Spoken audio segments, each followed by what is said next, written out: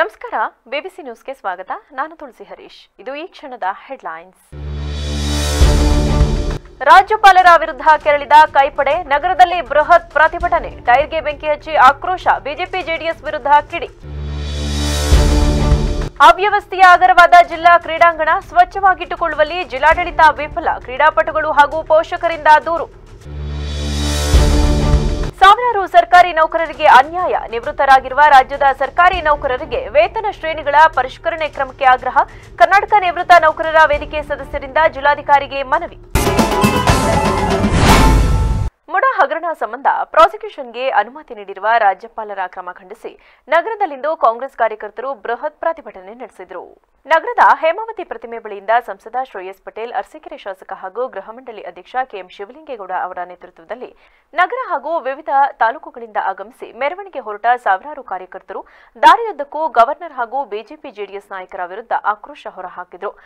ವೃತ್ತದ ಮೂಲಕ ಜಿಲ್ಲಾಧಿಕಾರಿ ಕಚೇರಿ ಬಳಿ ಜಮಾಯಿಸಿ ತೀವ್ರ ಆಕ್ರೋಶ ವ್ಯಕ್ತಪಡಿಸಿದರು.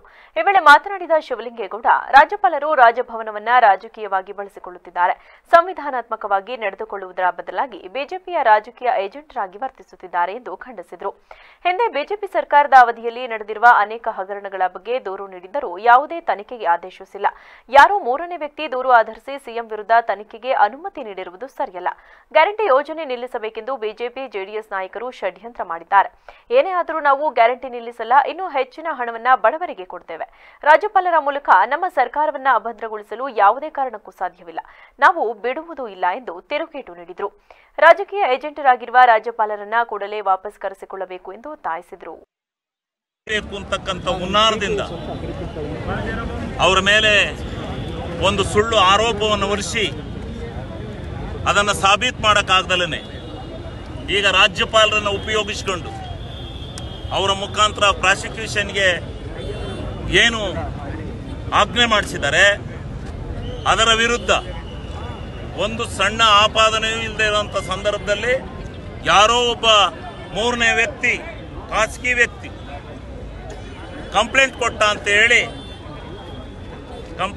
ಅಂತ ಹೇಳಿ ಇವರು ಒಬ್ಬ ರಾಜ್ಯಪಾಲರು, ಕಾನೂನಿನ ಅರಿವಿಲ್ದಲೇ ರಾಜ್ಯಪಾಲರು 17(1) ಪ್ರಕಾರ ಸೆಂಟ್ರಲ್ ಗವರ್ನಮೆಂಟ್ನ 17ನೇ 1ನ ಅನುಚ್ಛೇದದಲ್ಲಿ ಇವತ್ತು ಒಬ್ಬ ಮುಖ್ಯಮಂತ್ರಿಯ ಮೇಲೆ ತನಿಖೆ ಮಾಡಬೇಕಾದ್ರೆ ಪೊಲೀಸ್ ಇಲಾಖೆಯ ಕಮಿಷನರ್ ಮುಖಾಂತರ, ಐಜಿಯ ಮುಖಾಂತರ ಪತ್ರ ಬರಬೇಕು ಅಂತಕ್ಕಂಥದ್ದು ರಾಜ್ಯಪಾಲರಿಗೆ ಗೊತ್ತಿದ್ರೂ ಕೂಡ ಒಬ್ಬ ಸಾಮಾನ್ಯ ವ್ಯಕ್ತಿ ಹತ್ರ ಕಂಪ್ಲೇಂಟ್ ಅನ್ನು ತಗೊಂಡು ಇವತ್ತು ಪ್ರಾಸಿಕ್ಯೂಷನ್ಗೆ ಆದೇಶ ಮಾಡಿರ್ತಕ್ಕಂಥ ಈ ರಾಜ್ಯಪಾಲರ ವಿರುದ್ಧ ಶ್ರೇಯಸ್ ಪಟೇಲ್ ಮಾತನಾಡಿ, ಹಿಂದೆ ಬಿಜೆಪಿ ಜೆಡಿಎಸ್ ಸರ್ಕಾರದ ಅವಧಿಯ ಅನೇಕ ಹಗರಣದ ಬಗ್ಗೆ ಅನೇಕ ದೂರಿದ್ದರೂ ಕ್ರಮ ಕೈಗೊಳ್ಳಲು ರಾಜ್ಯಪಾಲರು ವಿಫಲರಾಗಿರುವುದು ದುರಾದೃಷ್ಟಕರ ಎಂದರು. ಮಾಜಿ ಸಿಎಂ ಕುಮಾರಸ್ವಾಮಿ ಅವರ ವಿರುದ್ಧ ಮೈನಿಂಗ್ ಹಗರಣ, ಬಿಜೆಪಿ ಅವಧಿಯ ಕೋವಿಡ್ ಹಗರಣ, ಮಾಸ್ಕ್ ಹಗರಣ, ಮೊಟ್ಟೆ ಹಗರಣಗಳ ಬಗ್ಗೆ ಯಾಕೆ ತನಿಖೆಗೆ ಆದೇಶ ಮಾಡಿಲ್ಲ ಎಂದು ಪ್ರಶ್ನಿಸಿದರು. ನಂತರ ರಾಜ್ಯಪಾಲರು ಪ್ರಾಸಿಕ್ಯೂಷನ್ಗೆ ನೀಡಿರುವುದನ್ನು ವಾಪಸ್ ಪಡೆಯಬೇಕು ಎಂದು ಒತ್ತಾಯಿಸಿ ಅಪರ ಜಿಲ್ಲಾಧಿಕಾರಿ ಕೆಟಿ ಶಾಂತಲಾ ಅವರಿಗೆ ಮನವಿ ಸಲ್ಲಿಸಿದರು. ನಮಗೆ ಇಷ್ಟರ ಮಟ್ಟಿಗೆ ಜಾತ್ಯತೀತವಾಗಿ ಪಕ್ಷಾತೀತವಾಗಿ ಸಿದ್ದರಾಮಯ್ಯ ಸಾಹೇಬರಿಗೆ ಬೆಂಬಲ ಸಿಗ್ತದೆ ಅಂತ ನಾವು ಅಂದ್ಕೊಂಡಿರ್ಲಿಲ್ಲ. ಇದರಲ್ಲೇ ಗೊತ್ತಾಗ್ತದೆ ಅವರು ಯಾವ ರೀತಿ ಒಬ್ಬ ನಾಯಕರು ಅಂತ. ಇದನ್ನೆಲ್ಲ ಮುಂದಿನ ದಿನಗಳು ಸೂಕ್ಷ್ಮವಾಗಿ ರಾಜ್ಯದ ಜನ ಅಬ್ಸರ್ವ್ ಮಾಡ್ತಾ ಇದಾರೆ. ಖಂಡಿತವಾಗಿಯೂ ತಕ್ಕ ಪಾಠ ಕಲಿಸ್ತಾ ಇದಾರೆ. ಇವರ ಡೊಂಬರಾಟ ಏನು ಪಾದಯಾತ್ರೆ ನಡ್ಕೊಂಡು ಡೊಂಬರಾಟ ಮಾಡ್ಕೊಂಡು ಇವ್ರು ಪ್ರೀ ಪ್ಲಾನ್ ಮಾಡಿ ಇವ್ರು ಪಾದಯಾತ್ರೆ ಮಾಡ್ತಾರೆ. ಅದಾದ್ಮೇಲೆ ಅಬ್ರಾಹಂ ಬರ್ತಾರೆ, ಮತ್ತೆ 2ನೇ ಬಾರಿ ಅವ್ರನ್ನ ಕರ್ಸ್ಕೊಂಡು ಒಂದು ನೋಟಿಸ್ ಇಶ್ಯೂ ಮಾಡಿ ಏನು ಪ್ರಾಸಿಕ್ಯೂಷನ್ಗೆ ಅವಕಾಶ ಮಾಡ್ಕೊಡ್ತಾರೆ. ಮೊನ್ನೆ ಇದನ್ನೆಲ್ಲ ಒಂದು ಪ್ರೀ ಪ್ಲಾನ್ ಏನಂತ ಹೇಳ್ತಾರಲ್ಲ, ಸ್ಕೆಚ್ ಮಾಡಿರೋದು. ಇದು ಯಾವ್ದು ನಡೆಯಲ್ಲ. ಇದು ಟ್ರೈಲರ್. ನಾನು ಮತ್ತೆ ಮುಂದೆ ಹೇಳ್ದೆ, ಟ್ರೈಲರ್ ಪಿಕ್ಚರ್ ಅಭಿ ಹೇ. ಜೊತೆಗೆ ಹೇಳಿದ್ನಲ್ಲ, ಪದೇ ನಾನು ಮಾಧ್ಯಮ ಮುಂದೆ ಹೇಳ್ತೀನಿ, ಹುಲಿರಿ ಸಿದ್ದರಾಮಯ್ಯ ಸಾಹೇಬ್ರು. ಆ ಹುಲಿ ಮುಂದೆ ಹೋರಾಟ ಮಾಡಕ್ ಆಗುತ್ತೇನ್ರಿ ಇವ್ರ ಕೈಲಿ? ಅದು ಹೋರಾಟ ಮಾಡಕ್ಕೆ ಇವರು ಬಿಜೆಪಿ ಜೆಡಿಎಸ್ ಒಂದಾಗಿರೋದು.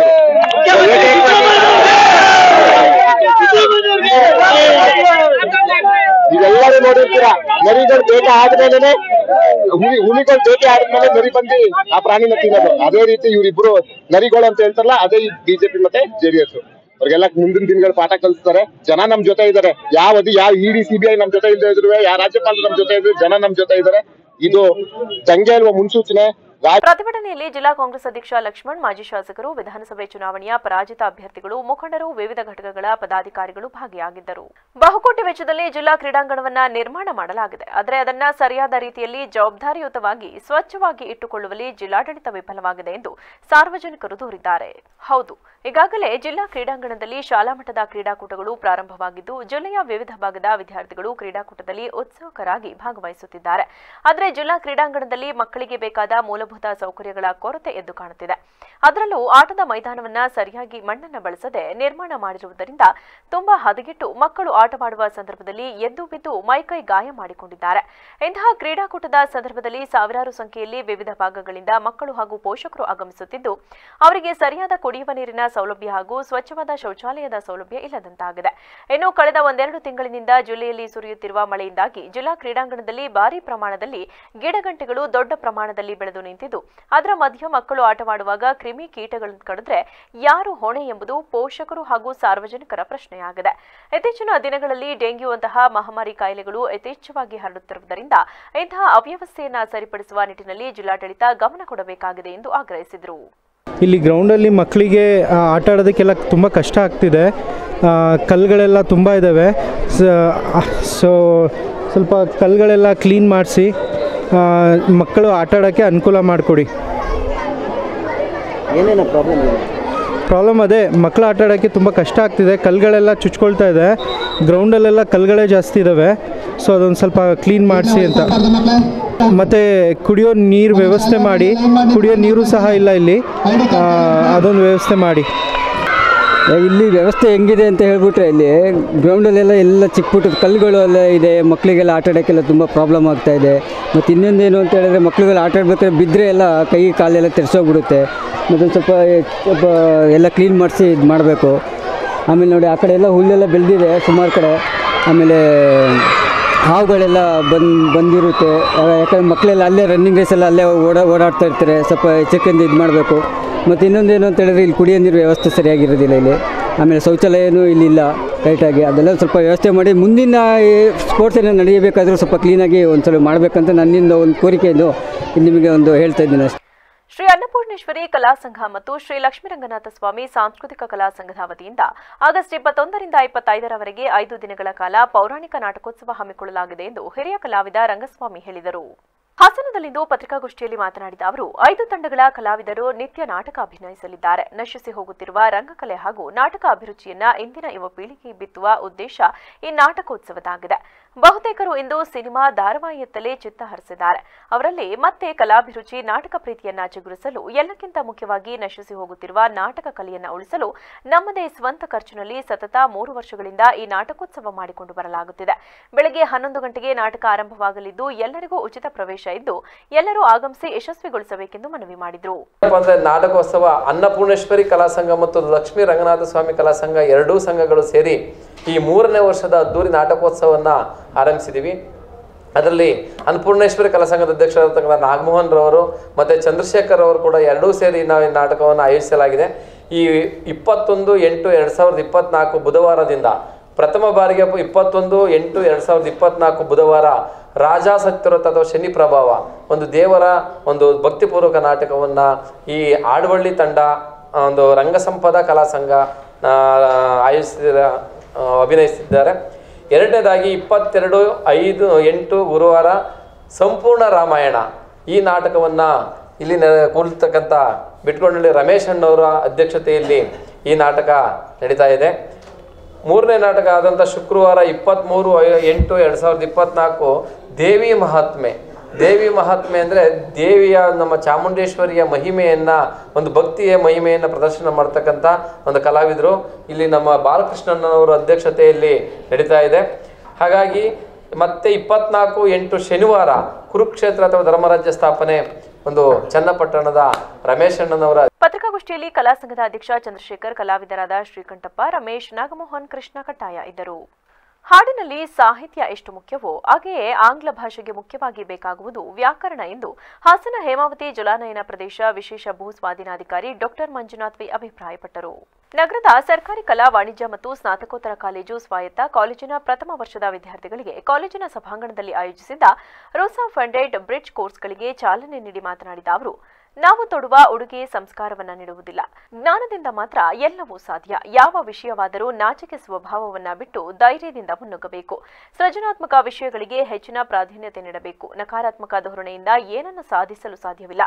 ಸಕಾರಾತ್ಮಕತೆ ನಮ್ಮ ಎತ್ತರಕ್ಕೆ ಕೊಂಡೊಯ್ಯುತ್ತದೆ. ದೇಶದ ರಕ್ಷಣೆಗೆ 27 ವರ್ಷ ದುಡಿದ ಹೆಮ್ಮೆ ನನಗಿದೆ ಎಂದು ಹೇಳುವ ಮೂಲಕ ತಮ್ಮ ಜೀವನದಲ್ಲಿ ಅನುಭವಿಸಿದ ಕಷ್ಟ ಕಾರ್ಪಣ್ಯಗಳನ್ನು ನೆನೆದರು.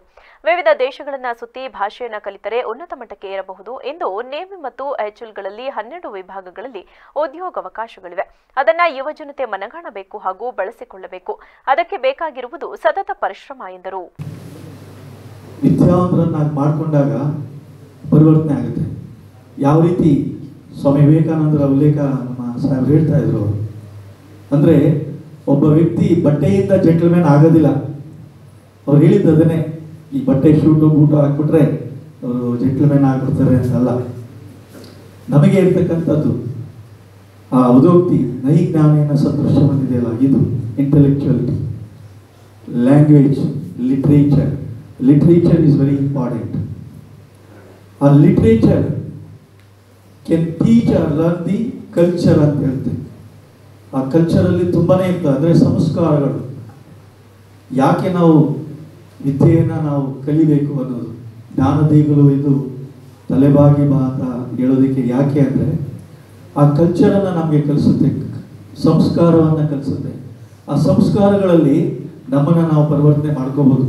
ಇವತ್ತು ಈ ಡಯಾಸ್ ಮೇಲೆ ಕೂತಿರೋರು ಅವರೇನೆ.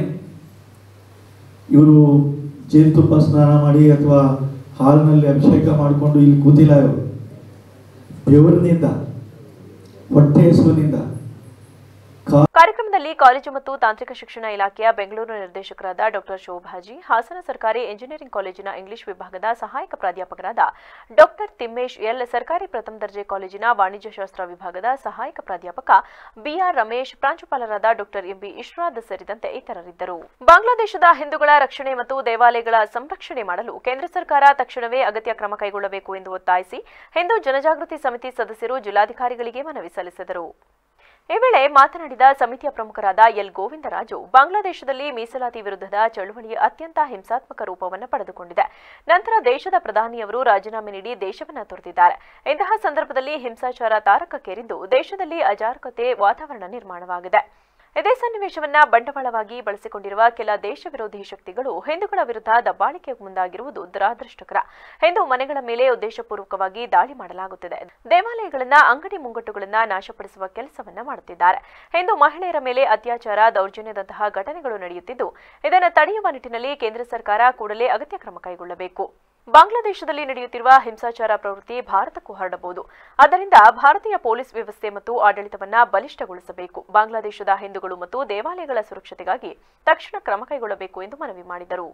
ಕೆಲವು ದಿನಗಳಿಂದ ಬಾಂಗ್ಲಾದೇಶದಲ್ಲಿ ಮೀಸಲಾತಿಯ ವಿರುದ್ಧ ನಡೀತಾ ಇದ್ದ ಒಂದು ಚಳುವಳಿ ಹಿಂಸಾತ್ಮಕ ರೂಪವನ್ನು ಪಡೆದು ಅಲ್ಲಿಯ ಪ್ರಧಾನಿ ಶೇಖ್ ಹಸೀನಾ ಅವರೇ ಆ ದೇಶವನ್ನು ಬಿಟ್ಟು ಪಲಾಯನಗೈಯುವಂಥ ಒಂದು ಪರಿಸ್ಥಿತಿ ನಿರ್ಮಾಣ ಆಗಿ ಆ ಒಂದು ಹಿಂಸಾತ್ಮಕ ಚಳುವಳಿಯು ಈಗ ಅರಾಜಕತೆಗೆ ತಿರುಗಿ ಅಲ್ಲಿ ಇರುವಂಥ ಹಿಂದೂಗಳ ಕುಟುಂಬವನ್ನು ಮುಖ್ಯವಾಗಿ ಗುರಿಯಾಗಿಸಿಕೊಂಡು ಅಲ್ಲಿಯ ಮನೆಗಳ ಮೇಲೆ ದಾಳಿ ಮಾಡೋದು ಮತ್ತು ಅಲ್ಲಿ ಹಿಂದೂಗಳ ಅಂಗಡಿಯನ್ನು ಲೂಟಿ ಮಾಡೋದು ಮತ್ತು ಹಿಂದೂಗಳ ಸ್ತ್ರೀಯರನ್ನು ಬಲಾತ್ಕಾರ ಮಾಡೋದು ಮತ್ತು ಈ ಒಂದು ವಿಷವರ್ತುಲವಾದ ಒಂದು ದೊಡ್ಡ ಒಂದು ಸಮಸ್ಯೆಯಲ್ಲಿ ಒಬ್ಬ ಹಿಂದೂ ಪತ್ರಕರ್ತರ ಕೊಲೆಯೂ ಸಹ ಆಗಿದೆ ಮತ್ತು ಒಬ್ಬ ಕಾರ್ಪೊರೇಟರ್ ಕೊಲೆಯೂ ಸಹ ಆಗಿದೆ. ಈ ಪರಿಸ್ಥಿತಿಯ ಗಂಭೀರತೆಯನ್ನು ಅರಿತುಕೊಂಡು ನಾವು ಮಾನ್ಯ ಪ್ರಧಾನಮಂತ್ರಿಗಳಿಗೆ ನಮ್ಮ ಹಾಸನ ಜಿಲ್ಲಾಧಿಕಾರಿಗಳ ಕಚೇರಿಯ ಮೂಲಕ ಒಂದು ಮನವಿಯನ್ನು ಕೊಡ್ತಾ ಇದ್ದೀವಿ.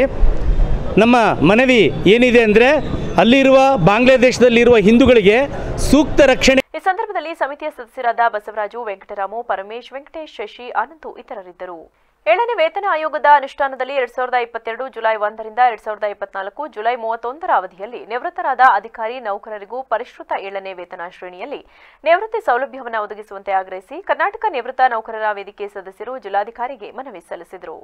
ಈ ವೇಳೆ ಮಾತನಾಡಿದ ವೇದಿಕೆಯ ಸದಸ್ಯ ಗೋಪಾಲ್, ರಾಜ್ಯದ ಸಮಸ್ತ ಸರ್ಕಾರಿ ಅಧಿಕಾರಿ ನೌಕರರಿಗೆ 7ನೇ ವೇತನ ಜಾರಿ ಮಾಡಿರುವುದು ಸಂತಸದ ವಿಷಯ.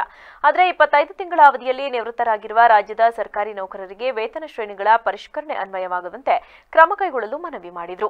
7ನೇ ವೇತನ ಆಯೋಗದ ನಿಯಮವನ್ನು ಪರಿಗಣಿಸದೆ ಆಯೋಗದ ನಿಯಮದಂತೆ ಹಳೆಯ ವೇತನ ಶ್ರೇಣಿಯ ಮೇಲೆ ಪರಿಗಣಿಸುತ್ತಿರುವುದು ಸಾವಿರಾರು ಸರ್ಕಾರಿ ನೌಕರರಿಗೆ ಅನ್ಯಾಯವಾಗಿದೆ. ಆದ್ದರಿಂದ ಪ್ರಸ್ತುತ ಸೇವೆಯಲ್ಲಿರುವ ಇತರೆ ಅಧಿಕಾರಿ ನೌಕರರಂತೆ ನಾವು ಕೂಡ ಜುಲೈ 2022 1ರಿಂದಲೇ ಪಡೆಯಬೇಕಿದ್ದ ನಿವೃತ್ತಿ ವೇತನದ ವ್ಯತ್ಯಾಸ ಬಾಕಿಯನ್ನು ಕೇಳುತ್ತಿರುವುದಿಲ್ಲ. 7ನೇ ವೇತನ ಆಯೋಗದ ವರದಿಯಂತೆ ಪರಿಷ್ಕೃತ ವೇತನದ ಮೇಲೆ ನಿವೃತ್ತಿ ಆರ್ಥಿಕ ಸೌಲಭ್ಯಗಳಾದ ಡಿಸಿಆರ್ಜಿ, ಕಮ್ಯುಟೇಷನ್, ಇಎಲ್ ಎನ್ಕ್ಯಾಶ್ಮೆಂಟ್ ಸೌಲಭ್ಯಗಳ ಲೆಕ್ಕಾಚಾರದ ವ್ಯತ್ಯಾಸ ನಷ್ಟವನ್ನು ಮಾತ್ರ ಕೇಳುತ್ತಿದ್ದೇವೆ. ಆದ್ದರಿಂದ ನಮಗೆ ಆಗುತ್ತಿರುವ ಆರ್ಥಿಕ ನಷ್ಟಕ್ಕೆ ಸೂಕ್ತ ಕ್ರಮಗಳನ್ನು ಕೈಗೊಳ್ಳಬೇಕೆಂದು ಮನವಿ ಮಾಡಿದರು. ಈಗ ನಾವಿಲ್ಲಿ 1/7/2022ರಿಂದ 31/7/2024 ನಿವೃತ್ತಿಯಾಗಿರ್ತಕ್ಕಂಥ ಸಾವಿರಾರು ಸರ್ಕಾರಿ ನೌಕರರಿಗೆ 7ನೇ ವೇತನ ಆಯೋಗದಲ್ಲಿ ಭಾಳ ಅನ್ಯಾಯ ಆಗಿದೆ.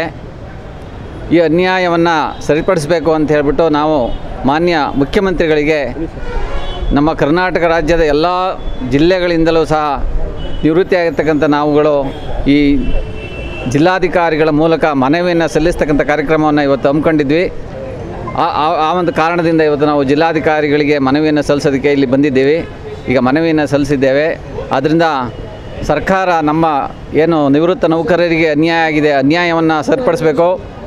ಏನು 25 ತಿಂಗಳಲ್ಲಿ ನಿವೃತ್ತಿಯಾಗಿರ್ತಕ್ಕಂಥ ಸರ್ಕಾರಿ 25 ತಿಂಗಳ ಅವಧಿಯಲ್ಲಿ 25 ತಿಂಗಳ ಅವಧಿಯಲ್ಲಿ ನಿವೃತ್ತಿಯಾಗಿರ್ತಕ್ಕಂಥ ಸರ್ಕಾರಿ ನೌಕರರಿಗೆ ಲಕ್ಷಾಂತರ ರೂಪಾಯಿ ಅನ್ಯಾಯ ಆಗಿದೆ. ನಾವು ನೌಕರರು 25ರಿಂದ 40 ವರ್ಷದವರೆಗೆ ಸರ್ಕಾರಕ್ಕೋಸ್ಕರ ನಾವು ಕೆಲಸ ಮಾಡಿ ಮನೆಗೆ ಹೋಗಬೇಕಾದ್ರೆ ನಮಗೆ ಬರಿಗೈಲಿ ಕಳಿಸ್ತಕ್ಕಂಥ ಕೆಲಸವನ್ನು ಸರ್ಕಾರ ಮಾಡ್ತಾ ಇದೆ. ಇದು ಕ್ಷಮ್ಯ ಅಪರಾಧ. ಬಹಳ ಈ ಸಂದರ್ಭದಲ್ಲಿ ವೇದಿಕೆಯ ಸದಸ್ಯರಾದ ಹರೀಶ್ ಕುಮಾರ್, ಪುಟ್ಟಸ್ವಾಮಿ, ಬಾಲಲೋಚನಾ, ಮಂಜೇಗೌಡ, ಕೃಷ್ಣ, ಪ್ರಕಾಶ್, ವೆಂಕಟರಾಮ ಇದ್ದರು. ಕೇಂದ್ರ ಸರ್ಕಾರದ ಒತ್ತಡಕ್ಕೆ ಮಣಿದು ರಾಜ್ಯಪಾಲರು ಸಿಎಂ ಸಿದ್ದರಾಮಯ್ಯ ಅವರ ವಿರುದ್ಧ ತನಿಖೆಗೆ ಆದೇಶಿಸಿರುವುದು ಪ್ರಜಾಪ್ರಭುತ್ವ ವಿರೋಧಿ ಕ್ರಮವಾಗಿದೆ ಎಂದು ಅಹಿಂದ ಶಾಸನ ಹಾಸನ ಜಿಲ್ಲೆ ಮುಖ್ಯ ಸಂಚಾಲಕ ಅರೆಹಳ್ಳಿ ನಿಂಗರಾಜು ತಿಳಿಸಿದರು. ನಗರದ ಜಿಲ್ಲಾಧಿಕಾರಿ ಕಚೇರಿ ಆವರಣದಲ್ಲಿ ಪ್ರತಿಭಟನೆ ನಡೆಸಿ ಮಾತನಾಡಿದ ಅವರು, ರಾಜ್ಯದ ಪ್ರಜಾಸತ್ತಾತ್ಮಕ ಕಾಂಗ್ರೆಸ್ ಸರ್ಕಾರವನ್ನು ಕಿತ್ತು ಹಾಕಬೇಕು. ಒಬ್ಬ ಹಿಂದುಳಿದ ಸಮುದಾಯಗಳ ನಾಯಕ ಶ್ರೀ ಸಿದ್ದರಾಮಯ್ಯನವರಿಂದ ಮುಖ್ಯಮಂತ್ರಿ ಪದವಿ ಕಸಿದುಕೊಳ್ಳಬೇಕು. ರಾಜ್ಯದಲ್ಲಿನ ಬಡ ಸಮುದಾಯಗಳ ಶಕ್ತಿಯನ್ನು ಕುದಿಸಬೇಕು ಎಂಬ ದುರುದ್ದೇಶ ಮತ್ತು ಬಡ ಸಮುದಾಯಗಳನ್ನು ಸಹಿಸದ ಮನುವಾದಿಗಳು, ಜಾತಿವಾದಿಗಳು, ಕೇಂದ್ರ ಸರ್ಕಾರ ಇವರ ಒತ್ತಡಕ್ಕೆ ಮಣಿದು ಮಾನ್ಯ ರಾಜ್ಯಪಾಲರು ಈ ಅನುಮತಿ ನೀಡಿದ್ದಾರೆ. ಇದು ಸಂವಿಧಾನ ಮತ್ತು ಕಾನೂನು ಬಾಹಿರ ಕ್ರಮವಾಗಿದೆ, ಪ್ರಜಾಪ್ರಭುತ್ವ ವಿರೋಧಿ ಕ್ರಮವಾಗಿದೆ. ಈ ಕ್ರಮವನ್ನು ವಿರೋಧಿಸಿ ಮುಂದಿನ ದಿನಗಳಲ್ಲಿ ರಾಜ್ಯಾದ್ಯಂತ ಪ್ರತಿಭಟನೆ ಹಮ್ಮಿಕೊಳ್ಳಲಾಗುವುದು ಎಂದರು. ಇಡೀ ರಾಜ್ಯ ವ್ಯಾಪ್ತಿಯಲ್ಲಿ ಎಲ್ಲ ಜನರ ಪರವಾಗಿ, ಬಡವರ ಪರವಾಗಿ, ದೀನದಲಿತರ ಪರವಾಗಿ ಎಲ್ಲರಿಗೂ ಸಮಾನತೆಯಾಗಿ ಒಂದು ವ್ಯವಸ್ಥಿತವಾಗಿ ರಾಜಕಾರಣವನ್ನು ಮಾಡ್ತಾ ಎಲ್ಲರಿಗೂ ನ್ಯಾಯಯುತವಾದಂಥ ಒಂದು ಸೌಲಭ್ಯಗಳನ್ನ ಕೊಡ್ತಾ ಈ ರಾಜ್ಯದಲ್ಲಿ ಮುಖ್ಯಮಂತ್ರಿಯಾಗಿ ಅಹಿಂದ ಚಳವಳಿಯ ಮುಖ್ಯ ಹೋರಾಟಗಾರರಾಗಿ ಬಂದಂಥ ಒಬ್ಬ ಮುಖ್ಯಮಂತ್ರಿಗಳು ಇವತ್ತು ಸಹ ಸಿದ್ದರಾಮಯ್ಯನವರು ಒಂದು ಒಳ್ಳೆಯ ಆಡಳಿತವನ್ನು ಕೊಡ್ತಾ ಇದ್ದಾರೆ.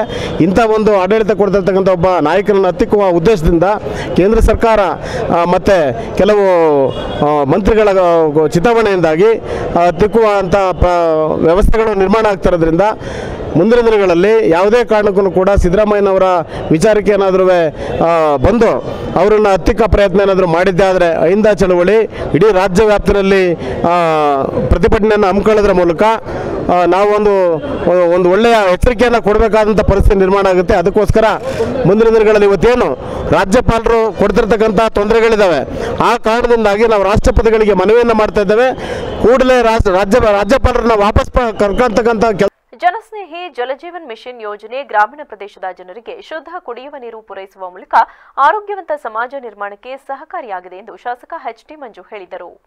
ಕೇರ್ಪೇಟೆ ತಾಲೂಕಿನ ಕಸಬಾ ಹೋಬಳಿಯ ಗುಡ್ಡೇನಹಳ್ಳಿ ಗ್ರಾಮದಲ್ಲಿ ಜಲಜೀವನ್ ಮಿಷನ್ ಯೋಜನೆ ಕಾಮಗಾರಿಗಳಿಗೆ ಭೂಮಿ ಪೂಜೆ ನೆರವೇರಿಸಿ ಮಾತನಾಡಿದ ಅವರು, ಪ್ರಧಾನಮಂತ್ರಿ ನರೇಂದ್ರ ಮೋದಿ ಅವರ ದೂರದರ್ಶಿತ್ವದ ಹಿನ್ನೆಲೆಯಲ್ಲಿ ಭವಿಷ್ಯದಲ್ಲಿ ಕುಡಿಯುವ ನೀರಿಗೆ ಅಭಾವ ಸೃಷ್ಟಿಯಾಗದಿರಲು ಹಾಗೂ ಗ್ರಾಮೀಣ ಪ್ರದೇಶದ ಜನರ ಆರೋಗ್ಯಕ್ಕಾಗಿ ದೇಶದ ಪ್ರತಿ ಗ್ರಾಮದಲ್ಲೂ ಜಲಜೀವನ್ ಮಿಷನ್ ಯೋಜನೆಯಿಂದ ಗ್ರಾಮದ ಮನೆ ಮನೆಗೂ ಶುದ್ಧ ಕುಡಿಯುವ ನೀರು ಪೂರೈಕೆ ಮಾಡಲಾಗುತ್ತಿದೆ. ಸ್ಥಳೀಯ ಜನಪ್ರತಿನಿಧಿಗಳು ತಮ್ಮ ವ್ಯಾಪ್ತಿಯಲ್ಲಿ ನಡೆಯುವ ಕಾಮಗಾರಿಗಳ ಬಗ್ಗೆ ಕಾಳಜಿ ವಹಿಸಿ ಗುಣಮಟ್ಟದ ಕಾಮಗಾರಿಗೆ ಎಲ್ಲಾ ರೀತಿಯ ಸಹಕಾರ ನೀಡಬೇಕು.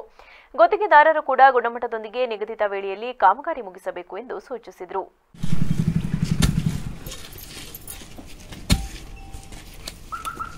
ಗುಡ್ಡೇನಹಳ್ಳಿ ಮತ್ತು ನಗರ ಒಂದೇ ಪ್ಯಾಕೇಜು. ಇದು 40 ಲಕ್ಷ 40 ಲಕ್ಷ 3.5 ಲಕ್ಷ ಪೈಪ್ ಲೈನು. ಏನು ಇದು ಸಹ ಇಲ್ಲಿರುವಂಥ ಜಲ ಸಂಪನ್ಮೂಲನ ಮನೆಗೆ ಹಳೆ ಪೈಪು ಶಿಥಿಲ ಆಗಿರೋದ್ರಿಂದ ಸರಾಗವಾಗಿ ನೀರು ಹೋಗಲಿ ಅನ್ನೋ ದೃಷ್ಟಿಯಿಂದ ಈಗ ಜಲಧಾರೆ ಕಾರ್ಯಕ್ರಮ ಜಲ್ ಜೀವನ್ ಮಿಷನ್ ಕಾರ್ಯಕ್ರಮ ಮಾಡಿದ್ವಿ.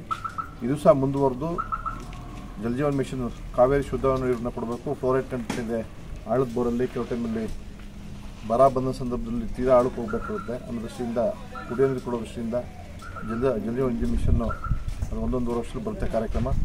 ಅಲ್ಲಿ ತನಕ ಇದನ್ನೇ ಮಾಡಿಸಿ ಇದೇ ಪೈಪನ್ನು ಕನೆಕ್ಷನ್ ಕೊಡ್ತಾರೆ. ಅಲ್ಲಿ ತನಕ ಇಲ್ಲೇ ಇರುವಂಥ ಜಲಸಂಪನ್ಮೂಲ ಬಳಸ್ಕೊಂಡು ಮಣ್ಣು ನೀರು ಕೊಡುವಂಥ ಕಾರ್ಯಕ್ರಮ. ಈ ಸಂದರ್ಭದಲ್ಲಿ ಅಧ್ಯಕ್ಷರು, ಕಂಪನಿ ಅಧ್ಯಕ್ಷರು, ಉಪಾಧ್ಯಕ್ಷರು, ಸದಸ್ಯರು, ಒಳಗಡೆ ಇಲಾಖೆ ಇಂಜಿನಿಯರು ಆಮೇಲೆ ಈ ಸಂದರ್ಭದಲ್ಲಿ ಜಲಜೀವನ್ ಮಿಷನ್ ಯೋಜನೆಯ ಸಹಾಯಕ ಕಾರ್ಯಪಾಲಕ ಅಭಿಯಂತರರಾದ ರಶ್ಮಿ, ಅಗ್ರಹಾರ ಬಾಚಳ್ಳಿ, ಗ್ರಾಮ ಪಂಚಾಯಿತಿ ಅಧ್ಯಕ್ಷ ದೇವಿಕುಮಾರ್, ಉಪಾಧ್ಯಕ್ಷೆ ನಗರೂರು ಸುನಿತಾ ದ್ಯಾವಯ್ಯ, ತಾಲೂಕು ಪಂಚಾಯಿತಿ ಮಾಜಿ ಸದಸ್ಯ ಮಲ್ಲೇನಹಳ್ಳಿ ಮೋಹನ್, ಗ್ರಾಮ ಪಂಚಾಯಿತಿ ಸದಸ್ಯರಾದ ಭಾಗ್ಯಮ್ಮ, ನಂಜುಂಡಯ್ಯ, ಕುಮಾರ್, ದಿನೇಶ್ ಸೇರಿದಂತೆ ಇತರರಿದ್ದರು. ವರದಿ ಮನು ಮಾಕವಳ್ಳಿ, ಬಿಬಿಸಿ ನ್ಯೂಸ್, ಕೆಆರ್ಪೇಟೆ. ಇದೀಗ ಸಂಕ್ಷಿಪ್ತ ಸುದ್ದಿಗಳು. ಕೊಪ್ಪಳ ಜಿಲ್ಲೆಯ ಯಲಬುರ್ಗಾ ಪಟ್ಟಣ ಪಂಚಾಯಿತಿಗೆ ನಡೆದ ಚುನಾವಣೆಯಲ್ಲಿ ಬಿಜೆಪಿ ಪಕ್ಷದ ಸದಸ್ಯ ಅಂದಯ್ಯ ಕಳ್ಳಿಮಠ ಅಧ್ಯಕ್ಷರಾಗಿ ಹಾಗೂ ವಿಜಯಲಕ್ಷ್ಮಿ ಬಲೇರಿ ಉಪಾಧ್ಯಕ್ಷರಾಗಿ ಆಯ್ಕೆಯಾಗಿದ್ದಾರೆ. ಈ ಸಂದರ್ಭದಲ್ಲಿ ಪಟ್ಟಣದ ಕಿತ್ತೂರು ಚೆನ್ನಮ್ಮ ವೃತ್ತದಲ್ಲಿ ಪಟಾಕಿ ಸಿಡಿಸಿ ಬೆಂಬಲಿಗರು ವಿಜಯೋತ್ಸವ ಆಚರಣೆ ಮಾಡಿದರು. ಈ ವೇಳೆ ಪಟ್ಟಣ ಪಂಚಾಯಿತಿ ಸದಸ್ಯರುಗಳಾದ ಕಳಕಪ್ಪ ತಳವಾರ, ವಸಂತ ಭಾವಿಮನಿ, ಕಲಾವತಿ ಮರದಡ್ಡಿ, ಅಶೋಕ್ ಅರಕೇರಿ, ಬಸವಲಿಂಗಪ್ಪ ಕೊತ್ತಲ್, ಅಮರೇಶ್ ಹುಬ್ಬಳ್ಳಿ, ಬಸಮ್ಮ ಬಣಕಾರ, ಶ್ರೀದೇವಿ ದೊಡ್ಡಯ್ಯ, ಗುರುವಿನ್ ಸೇರಿದಂತೆ ಮತ್ತಿತರರು ಭಾಗವಹಿಸಿದ್ದರು. ಕೊನೆಯಲ್ಲಿ ಮತ್ತೊಮ್ಮೆ ಹೆಡ್ಲೈನ್ಸ್. ರಾಜ್ಯಪಾಲರ ವಿರುದ್ಧ ಕೆರಳಿದ ಕೈಪಡೆ, ನಗರದಲ್ಲಿ ಬೃಹತ್ ಪ್ರತಿಭಟನೆ, ಟೈರ್ಗೆ ಬೆಂಕಿ ಹಚ್ಚಿ ಆಕ್ರೋಶ, ಬಿಜೆಪಿ ಜೆಡಿಎಸ್ ವಿರುದ್ಧ ಕಿಡಿ. ಅವ್ಯವಸ್ಥೆಯ ಆಗರವಾದ ಜಿಲ್ಲಾ ಕ್ರೀಡಾಂಗಣ, ಸ್ವಚ್ಛವಾಗಿಟ್ಟುಕೊಳ್ಳುವಲ್ಲಿ ಜಿಲ್ಲಾಡಳಿತ ವಿಫಲ, ಕ್ರೀಡಾಪಟುಗಳು ಹಾಗೂ ಪೋಷಕರಿಂದ ದೂರು. ಸಾವಿರಾರು ಸರ್ಕಾರಿ ನೌಕರರಿಗೆ ಅನ್ಯಾಯ, ನಿವೃತ್ತರಾಗಿರುವ ರಾಜ್ಯದ ಸರ್ಕಾರಿ ನೌಕರರಿಗೆ ವೇತನ ಶ್ರೇಣಿಗಳ ಪರಿಷ್ಕರಣೆ ಕ್ರಮಕ್ಕೆ ಆಗ್ರಹ, ಕರ್ನಾಟಕ ನಿವೃತ್ತ ನೌಕರರ ವೇದಿಕೆ ಸದಸ್ಯರಿಂದ ಜಿಲ್ಲಾಧಿಕಾರಿಗೆ ಮನವಿ.